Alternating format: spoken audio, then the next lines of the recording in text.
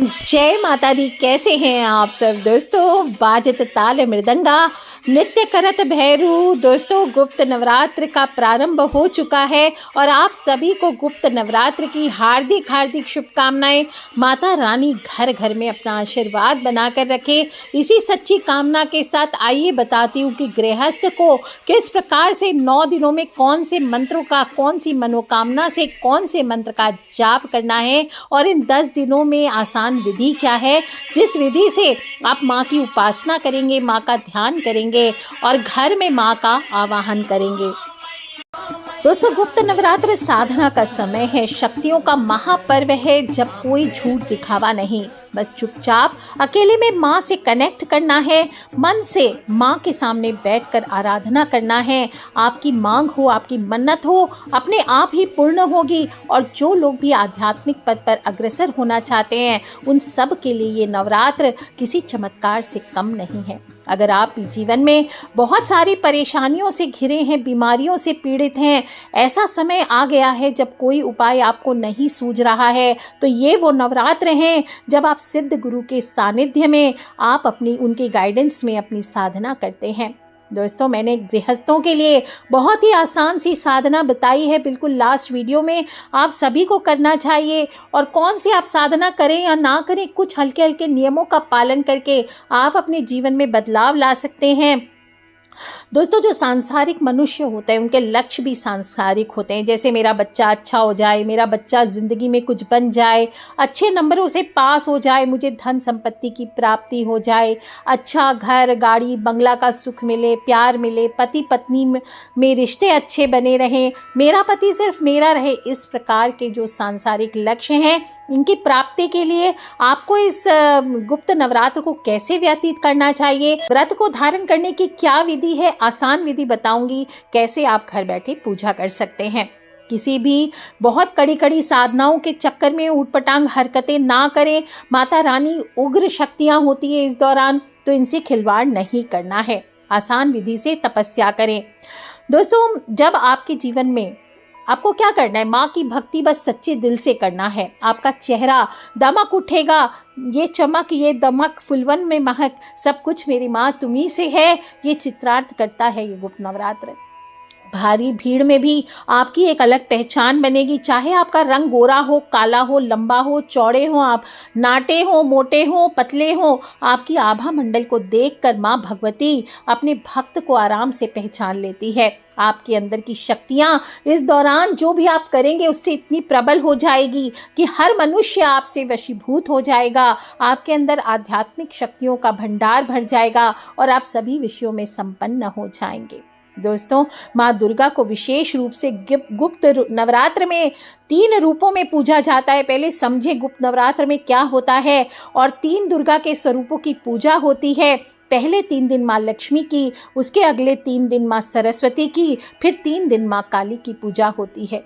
दोषों को हटाने वाली, धन समृद्धि का उपहार देने वाली। दोस्तों, देवी माँ की नियमित पूजा करने से, सात्विक भजन करने से और मांसाहारी भोजन आदि से परहेज करके रखने से, शराब हो, धूम्रपान हो, तामसी भोजन आप ना करें और फिर माँ के मंत्रों का जाप करें। आप देखेंगे बिल्कुल सिंपल तरीके से। साधना मीन्स टू सिंप्लीफाई और कॉम्प्लेक्स लाइफ, तो इसको कठिन नहीं बनाना है। बस क्या करना है, सुबह सुबह जल्दी उठें, हथेलियों के दर्शन करें, माँ को प्रणाम करें और सुबह सुबह माँ के कवच का, दुर्गा कवच का सुबह पहले पाठ करें। आराम से आप इस दिन स्नान करें। किसी भी प्रकार की जटिल अनुष्ठान और पूजा की आवश्यकता नहीं है। एक चौकी लगा लीजिए और एक आसन ले लीजिए। नॉर्मल आसन कोई भी ले लीजिए, लाल काला नीला नहीं लेना है। अपने गुरु की फ़ोटो, गुरु माँ जिनको आप मानते हैं, गुरु जी मानते हैं, आपने अगर गुरु मंत्र प्राप्त किया है तो उनकी फ़ोटो, एक माता रानी की फ़ोटो रख लीजिए। महाकाली की अगर रख रहे हैं तो सौम्य मूर्ति रखें, या जिस भी देवी के आप मंत्र उच्चारण करना चाहते हैं उनके आप फ़ोटो रख सकते हैं। या माता रानी, सब देवियाँ सब माँ के ही स्वरूप हैं, तो माँ दुर्गा की फ़ोटो रखें। गणेश जी अवश्य विराजित करें छोटे से।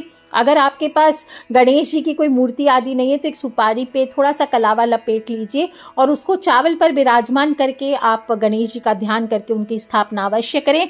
अपनी मनोकामना के अनुसार देवी माँ के जाप करें। बाती ज़रूर जलानी है। अखंड दीप ज़रूरी नहीं होता है। कुछ लोग पूछते हैं कि गुप्त नवरात्र में क्या कलश स्थापना करनी चाहिए, क्या होता है क्या नहीं होता है। मैंने बहुत बार बहुत सारे वीडियोस दिए हैं। इसमें आपको कलश स्थापना करने की कोई ज़रूरत नहीं होती है, अखंड जोत नहीं रखने होते हैं। आपको आपकी इच्छा हो तो आप ये सब कर सकते हैं, जुआरे नहीं बोने होते। इसमें मेन आपका जो कर्तव्य होता है वो सिर्फ मंत्रों का जाप होता है और माँ से कनेक्ट करना होता है। मेन आपको एक दीप, जब आप साधना प्रारंभ करेंगे या मंत्रों के जाप प्रारंभ करेंगे तो अग्नि को साक्षी मान करके आप थोड़ा सा भोग, 1 लोटा जल, थोड़े पुष्प ये माँ को अर्पित करके, थोड़ा तिलक माँ को अर्पित कीजिए, अपने मस्तक पर तिलक लगाइए और एक साधक को मंत्रों के जाप प्रारंभ करने चाहिए। आप तिल के तेल का दीपक जला सकते हैं, सरसों के तेल का दीपक जला सकते हैं, घी का दीपक जला सकते हैं। जो घी का दीपक जलाएंगे वो रुई की बाती बनाएं, और जो लोग भी तेल का दीपक जलाएंगे वो कलावे की बाती यूज़ करनी चाहिए। माँ के सामने बैठ करके सबसे पहले गणेश जी का ध्यान करके अपने गुरु का ध्यान करें और इसके बाद माँ के मंत्रों का ध्यान करें, माँ के मंत्रों का जाप करें। माँ के जिस स्वरूप का आप ध्यान करने वाले हैं या माँ के जिस स्वरूप की आप साधना करने वाले हैं या उपासना करने वाले हैं, उनके वो स्वरूप का आपको ध्यान करना चाहिए और जाप मुख करें। मुंह से बोल बोल करके जाप नहीं करनी चाहिए। अभी मैं आपको मंत्रों की गिनती नहीं बताऊंगी क्योंकि आपको अपने जीवन में माँ को जागृत करना है। हर देवी का हर नियम होता है। वैसे ज़्यादातर देवियों के या कोई भी सिद्धियाँ 1.25 लाख में प्राप्ति होती है, फिर भी अगर आप अलग अलग देवी के या गुरु के जाप कर रहे हैं तो उनके मंत्र की सिद्धियाँ अलग होती है। इसलिए विस्तार पूर्वक वो मैं पर्सनल गाइडेंस में या तो बनाऊंगी या विस्तार पूर्वक किसी और वीडियो में आपको सिखाऊंगी। आप चाहें तो एक साधक के लिए श्रेष्ठ क्या है पता है? 10 महाविद्याओं की साधना की जाती है इस दौरान। तो आप 10 बाती लीजिए और 10 बाती की एक बाती बनाइए और इस बाती को रोज तिल के तेल से, आप 10 महाविद्या का नाम लेते हुए तिल के तेल से आप उसमें थोड़े से सिंदूर डालिए, लाल सिंदूर डाल दीजिए 1 चुटकी। और चाहे तो थोड़े पाप नाश के लिए, अगर जाने अनजाने आप गलतियों के लिए क्षमा चाहते हैं तो थोड़े से काले तिल और 2 लौंग की जोड़ी डाल दीजिए और एक छोटा सा कपूर की टिक्की अंदर डाल दीजिए। इसके बाद उस दीपक को आप प्रज्वलित कीजिए। और माँ की पूजा कैसे करनी चाहिए? कोई भी लाल पुष्प आपको मिले तो माँ की पूजा उन लाल पुष्पों से करें। कमल हो, गुड़हल हो, गुलाब हो, ये श्रेष्ठ होते हैं। आप प्रजापति के जो नीले पुष्प होते हैं वो भी चढ़ा सकते हैं। और एक माला आपके पास जो भी हो, रुद्राक्ष की माला हो, लाल चंदन की माला हो, काले हकीक की माला हो या स्फटिक की माला, कोशिश करनी चाहिए कि अभिमंत्रित माला से आप जाप करें। आप रोज नहीं भी कर सकते हैं तो कम से कम सप्तमी, अष्टमी, नवमी को आप जाप करें। जैसे आप माँ काली की उपासना करना चाहते हैं तो 10 महाविद्या के जो स्वरूप होते हैं सभी माँ काली के ही स्वरूप होते हैं। तो इनकी पूजा में आप लाल चंदन की अभिमंत्रित माला से या रुद्राक्ष की माला से या काले हकीक की माला से या स्फटिक की अभिमंत्रित माला से आप जाप करें। दोस्तों, हर माला की अपनी सिद्धि होती है। उसके हिसाब से आप जो भी देवी की साधना करने वाले हैं उसके अनुसार आपको माला प्राप्त करनी चाहिए और आपको जाप करना चाहिए। भोग में इस गुप्त नवरात्र में अनाज का दोष नहीं होता है, इस बात का ध्यान रखें। आपकी इच्छा हो तो आप फलाहार कीजिए, नहीं तो आप सात्विक भोजन करके भी माँ की उपासना कर सकते हैं। माँ को खिचड़ी का प्रत्येक दिन भोग लगाइए, ये श्रेष्ठ होता है। और इसके बाद इस प्रसाद को आपको सबको नहीं देना है। अगर आप साधना कर रहे हैं तो, अगर आप चाहें तो पूरे घर की भलाई के लिए करना चाहते हैं तो भोग लगा के पूरे घर वालों को खिलाइए। और नहीं तो ये ध्यान रखना है, घर वाले मीन्स आपके जो उसी घर में रहते हैं, उसके बाहर अड़ोस पड़ोस या पूरे परिवार जो बाहर दूसरे घरों में रहते हैं, उन परिवार वालों को आपको ये भोग नहीं देना चाहिए। आप सिर्फ अकेले खाएं या फिर आप सिर्फ अपने जो करीबी घर वाले हैं उनसे इस खिचड़ी को शेयर करें। जैसे आपके मम्मी पापा है, आपके भाई बहन है, आपकी पत्नी है, बच्चे हैं, पति है, आपके दादा दादी जी हैं। आप सोचेंगे रोज पड़ोस वाले हमारे लिए परिवार जैसे, एक टुकड़ा भी आपको ये प्रसाद दूसरे को नहीं देना है। और कुछ लोग तो चौकी अपने रूम में लगाकर छुप छुप करके साधनाएं करते हैं। तो ऐसे में आप अकेले अगर भोग नहीं बना सकते खिचड़ी आदि, तो कोई ड्राई फ्रूट रख लीजिए, कोई फ्रूट्स रख लीजिए, या फिर आप कोई मिठाई लगा करके या बना करके साधना कर सकते हैं। और साधना के बाद या मंत्रों के जाप के बाद आप उसको ग्रहण कर लीजिए। दोस्तों इसमें ये ध्यान रखना है, जो लोग भी राजनीति में सत्ता में रुचि रखते हैं, लीडर्स बनना चाहते हैं, उनकी इच्छाएं पूर्ण होती है। ये जो गुप्त नवरात्र आपकी हर मनोकामना को पूर्ण करती है, लेकिन आपको माँ का आशीर्वाद प्राप्त करने के लिए, शुभता प्राप्त करने के लिए आपको मंत्रों के जाप सीख करके अवश्य करने चाहिए, या अपने नाम से साधना किसी साधक को संकल्प दे करके अवश्य करवानी चाहिए। अगर आपके लाइफ में बार बार बुरी नज़र पड़ रही है, लग रहा है किसी ने जादू टोना कर दिया है, वैसे मैं मानती हूँ कि इतनी शक्तियाँ लोगों में नहीं है कि आपके ऊपर कोई जादू टोना कर सके, पर कुछ लोग आपके घर के आगे, हमेशा कहती हूँ, कोई नींबू काट के थोड़ा सिंदूर डाल के चला जाएगा, अगर उसमें कुछ भी उसको नहीं आता है, फिर भी आप डर के मारे आपके अंदर इतनी नेगेटिविटी आ जाएगी कि इंसान अंधविश्वास में पागल हो जाता है। तो इस तरह से आपको नहीं मानना चाहिए। लोगों में इतनी शक्तियाँ नहीं है कि आपके ऊपर नकारात्मक ऊर्जाएं डाल सके, फिर भी हाँ ज़रूर होती है शक्तियाँ, किसी में हो सकता है, किसी को आता हो, और अगर वो कर रहे हैं तो आपको अपने बचाव के लिए आपको थोड़ी बहुत साधनाएं ज़रूर करनी चाहिए, या आपको अपनी वॉशिंग करके स्वयं से, मैं हमेशा बताती हूँ ना, सिर के ऊपर से पीली सरसों ले करके उल्टी दिशा में घुमाएं 8 बार, और उसको कपूर और लौंग के साथ ले जा करके गेट के बाहर जला दीजिए। आपकी सभी प्रकार की नकारात्मक ऊर्जाएं दूर होगी। फिर भी अगर लगता है कि ज़्यादा हो गई है तो किसी अच्छे साधक के द्वारा आप अपनी वॉशिंग कराना चाहिए, अपने अंदर से जो नकारात्मक ऊर्जाएं हैं उसको दूर करवाना चाहिए। दोस्तों गुप्त नवरात्र में बहुत शक्तियाँ होती है। श्रृंगी ऋषि ने भी बताया है, लास्ट वीडियो में मैंने बताया आपको श्रृंगी ऋषि कैसे उस महिला को समझाते हैं जब उनका पति बुरे नशे आदि को नहीं छोड़ता है, तो किस प्रकार से उसने गुप्त नवरात्र करके अपने पति को सही रास्ते पर लाया। दोस्तों इसके महात्म्य इतने होते हैं, बड़े बड़े चमत्कार होते हैं, और इन 10 दिनों में आपको 10 महाविद्याओं की पूजा करनी होती है। काली, तारा, त्रिपुर सुंदरी, भैरवी, भुवनेश्वरी, छिन्नमस्ता, धूमावती, बगला मुला आदि की पूजा की जाती है। दोस्तों एक नियत समय फिक्स कर लेना चाहिए, अपने घर की साफ सफाई करके गंगा जल छीट लीजिए, और ओम पवित्राय नमः, ओम पवित्राय नमः, ओम पवित्राय नमः ऐसा बोल करके आपको पूरे घर में छिड़क करके, और अपने आसन आदि को जहाँ बैठेंगे वहाँ पर भी आप जल का छिड़काव कर लीजिए। और प्लस आपको संकल्प कर लेना चाहिए कि आप 1 दिन, 3 दिन, 5 दिन, 7 दिन, 9 दिन, कितने दिन मंत्रों के जाप करेंगे। हाथ जोड़ करके माँ का ध्यान करके आवाहन कर लीजिए। या देवी सर्वभूतेषु शक्ति रूपेण संस्थिता, नमस्तस्यै नमस्तस्यै नमस्तस्यै नमो नमः। और मैं महाविद्या के मंत्र बताने जा रही हूँ आपको, 10 महाविद्या के। आपको कौन से मंत्र का जाप करना है वो आप सिलेक्ट कर सकते हैं अपनी मनोकामना के अनुसार। पहली महाविद्या काली है, जो शत्रुओं और विरोधियों पर विजय दिलाने वाली है। माता दुर्गा ने राक्षसों का वध करने के लिए माँ का ये रूप धारण किया था। भगवान शिव जी तुरंत प्रसन्न होकर के आपको आशीर्वाद देते हैं। इसी तरह माँ काली भी उग्र हैं, लेकिन इनकी साधना निश्चिंत होकर के पवित्र मन से अगर आप करते हैं तो माँ प्रसन्न होकर तुरंत आपको आशीर्वाद देती हैं। माँ का दर्शन करें, उनका चित्र स्थापित करें, उनके हाथों में त्रिशूल है, तलवार है, खड़ग है। इस तरह से कालिका पुराण में इनका वर्णन किया गया है। नाम का पाठ आपको प्रतिदिन 10 दिन रोज करना चाहिए। आप चाहे तो सुन भी सकते हैं और माँ को जागृत करें। ओम ह्रीम श्रीम क्रीम परमेश्वरी कालिके स्वाहा, ओम ह्रीम श्रीम क्रीम परमेश्वरी कालिके स्वाहा। इस तरह से आपको इस मंत्र का जाप करना चाहिए। अन्य 2 मंत्र और दे रही हूँ, आप जो भी चाहे तो मंत्रों का चयन कर सकते हैं। काली काली महाकाली कालिके परमेश्वरी सर्व आनंद करे देवी नारायणी नमोस्तुते। और दूसरा मंत्र है ओम नमो काली कंकाली धरती माता आकाश पिता रक्षा करे परमेश्वरी कालिका दुहाई महादेव की। ये शाबर मंत्र है काली माँ का। आप चाहें तो इसको भी मनोकामना पूर्ति के लिए सिद्ध कर सकते हैं। 10 दिन तक 10 माला कम से कम, ताकि 10 दिन में आपकी 10,000 मंत्र पूर्ण हो जाए। इस प्रकार से आपको जाप करने चाहिए।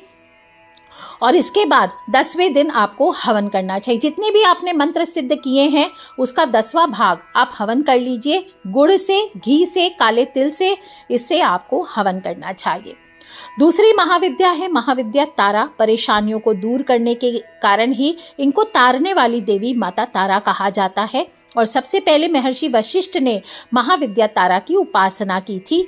इनकी आराधना से पैसे आते हैं, घर में धन आता है, आर्थिक उन्नति मिलती है, मोक्ष की प्राप्ति होती है।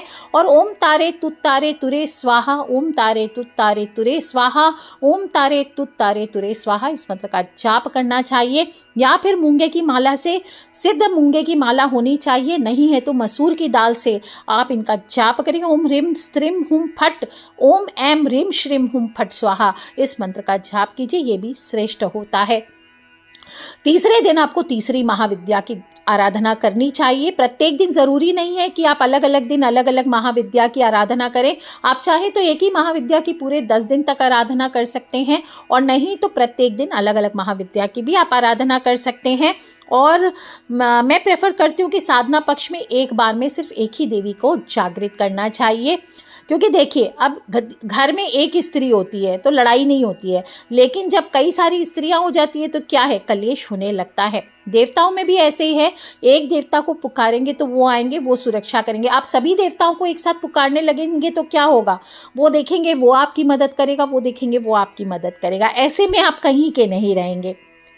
तो इसलिए आप इसके बाद में एक बार में एक ही देवी को पुकारें। तीसरी देवी है त्रिपुर सुंदरी, ललिता राज राजेश्वरी भी जिनको हम कहते हैं। अगर धन चाहिए तो जीवन में सांसारिक लक्ष्य की प्राप्ति करनी है तो आपको इनकी साधना करनी चाहिए। और 3 नेत्र हैं माँ के, कई भुजाएं हैं, इनको जागृत करने के लिए आपको नवरात्र में ओम ऐम ह्रीम श्रीम त्रिपुर सुंदर्यै नमः, ओम ऐम ह्रीम श्रीम त्रिपुर सुंदर्यै नमः, इस मंत्र का जाप करना चाहिए।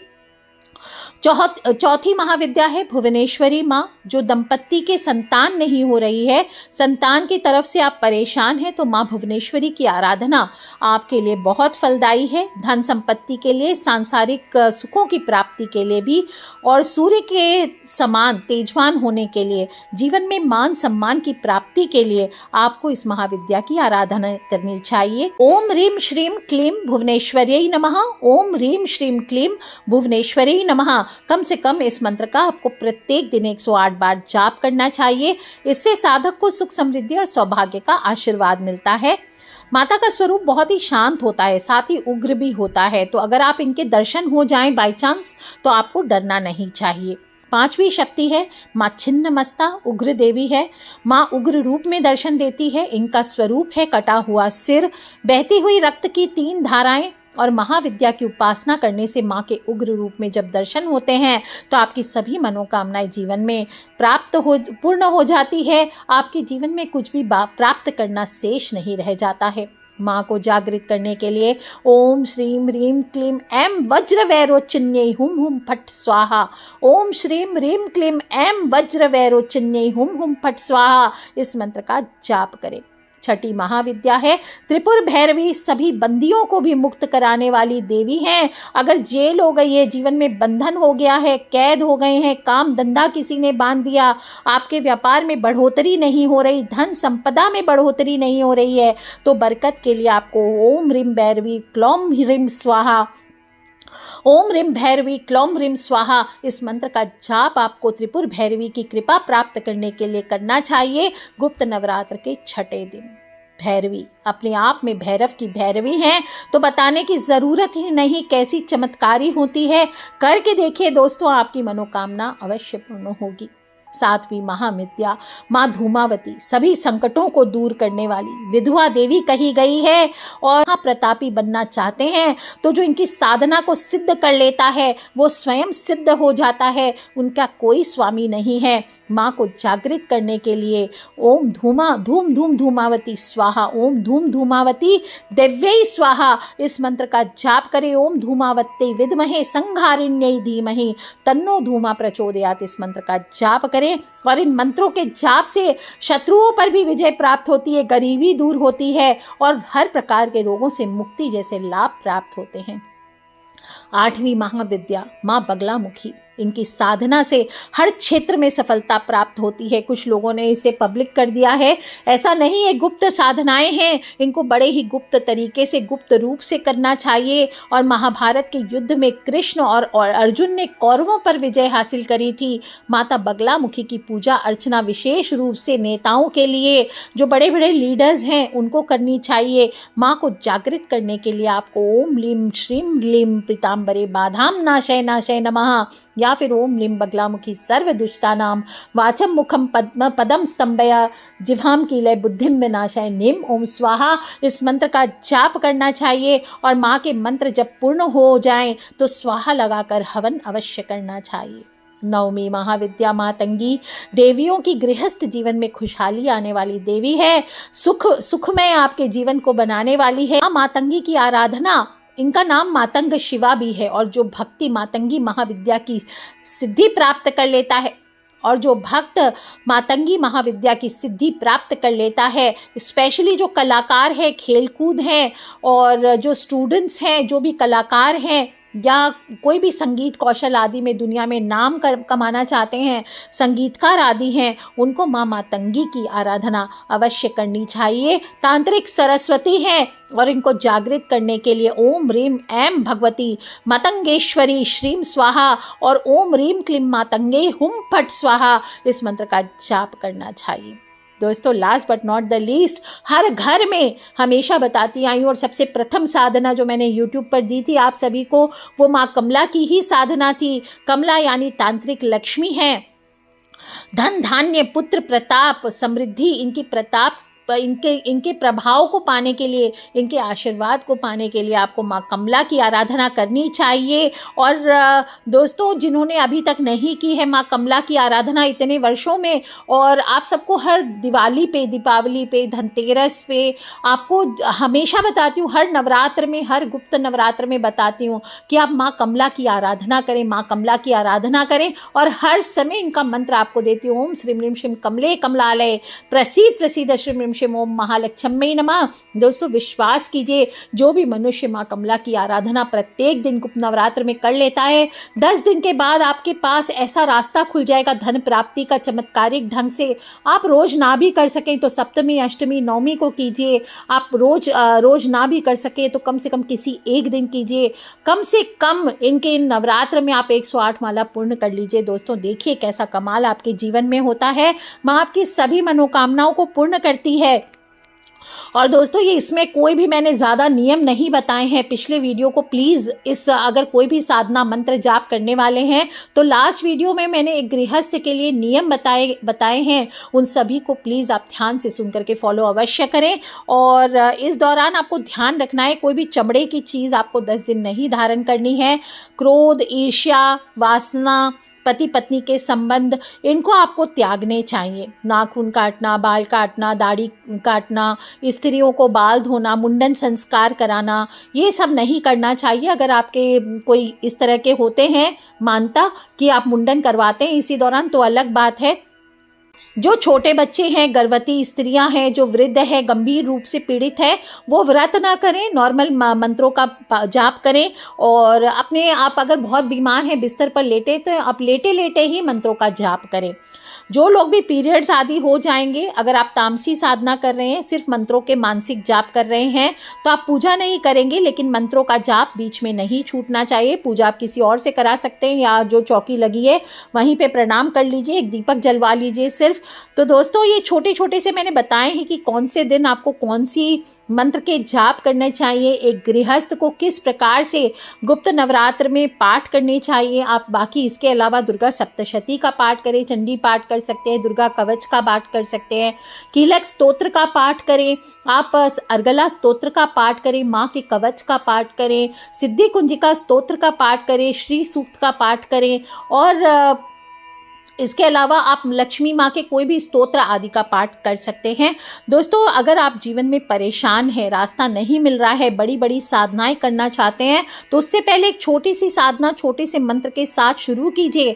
माँ से कनेक्शन बनाइए, माँ को जागृत कीजिए। देखिए आपकी ज़िंदगी में ये छोटे छोटे मंत्र कितने बड़े बड़े बदलाव लेकर के आते हैं। खिलखिलाते रहे, मुस्कुराते रहे। माता रानी आप सभी की रक्षा करे, सभी की मनोकामनाएं पूर्ण करे। इसी सच्ची कामना के साथ आज के लिए इतना ही। और दोस्तों, आप सभी को वीडियो के नीचे माता के दरबार में अपनी अपनी हाजिरी लगाते जानी है। और ध्यान रखें, जो लोग भी यहाँ पर जय माता दी लिखने वाले हैं, उन सभी की हाजिरी में स्वयं माँ के दरबार में गुप्त नवरात्र में लगाऊंगी। ये मेरा आप सभी से पक्का वादा है। तो जय माता दी लिखते चले दोस्तों, और अपने फ्रेंड्स, फैमिली, मम्मी पापा, भाई बहन, बच्चे सभी लोगों से गुप्त नवरात्र की खास पेशकश है, खास वीडियो है, खास इंफॉर्मेशन है। इसको अवश्य शेयर करें, खिलखिलाते रहे, मुस्कुराते रहे।